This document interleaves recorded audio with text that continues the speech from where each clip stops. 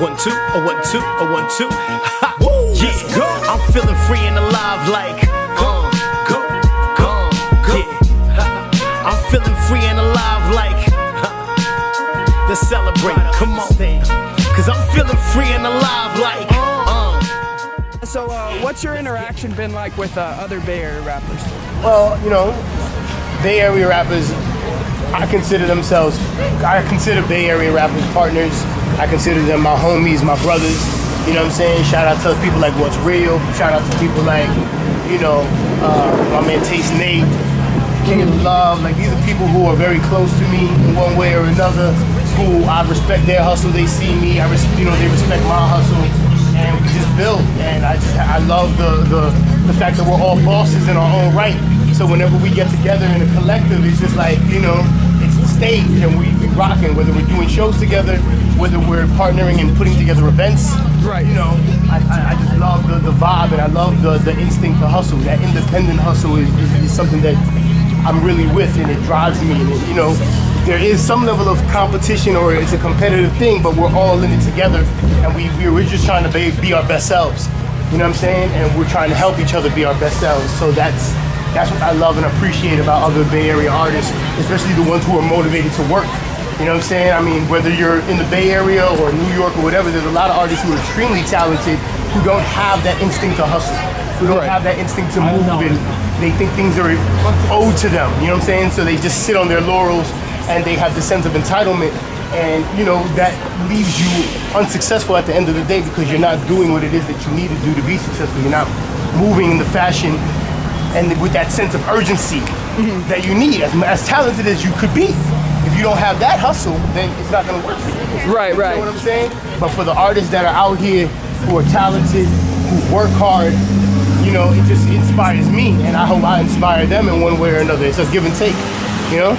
Man, so as far as your music goes, do you have any future projects or anything like that in the mix? No, absolutely. I just released 2 songs off of my forthcoming self-produced album, I Saint, I Sinner, I Self. That's gonna be dropping at the end of August, early September.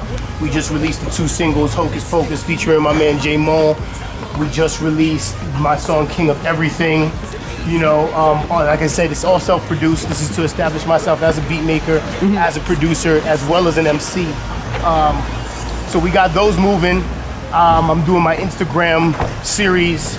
So Instagram allows 1-minute videos. So every Wednesday I'll be releasing a docu-series or a documentary style video, 1-minute episodes a piece. So we just finished editing the first 5 episodes. So I'm trying to figure out the rollout for that, the release date for that. I'm also executive producing and hosting ROTC TV. So for those who don't know, I help host every Sunday night a live cypher at the Boom Boom Room in San Francisco. So now we're doing the web series, kind of documenting everything that goes on, all the hijinks and the shenanigans that pop up there. Right. So we got that popping, and doing my music video film festival. I got a lot of things going on, as you can see, but it's all rooted in music. It's all rooted in hip hop. You know, right now the priority is the album, and then after that we got several of events and different web series popping. So this is gonna be a busy year, you know? Okay. Nice, man. Well, before we sign off, is there any issues you wanted to address or anything of that nature?